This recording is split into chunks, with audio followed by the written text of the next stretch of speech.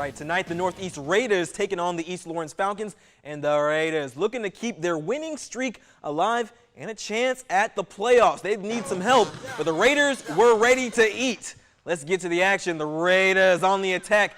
Travion Solomon hands off to DeAndre Duhart, and he's all heart. Got a blast seat. You later, that's a touchdown, but the extra point would be no good. So, the Falcons, they're on offense.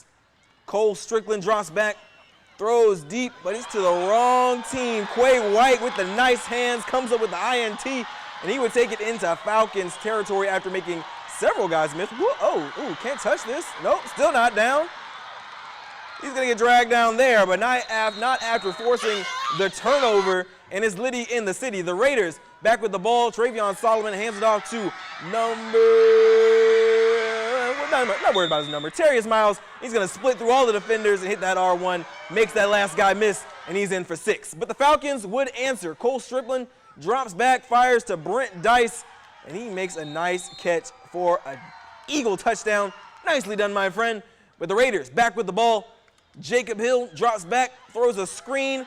Brandon Watkins, he goes for a big game, but the Falcons would knock the ball loose. That's a fumble. Roderick Smith saves the day, though. Very next play, Jacoby Hill tosses it to that man, DeAndre Duhart, and there he goes right into your living room, outrunning all of the defenders.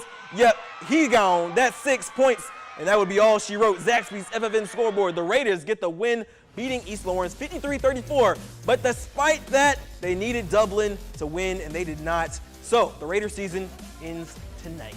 Still well done for Northeast. All right, more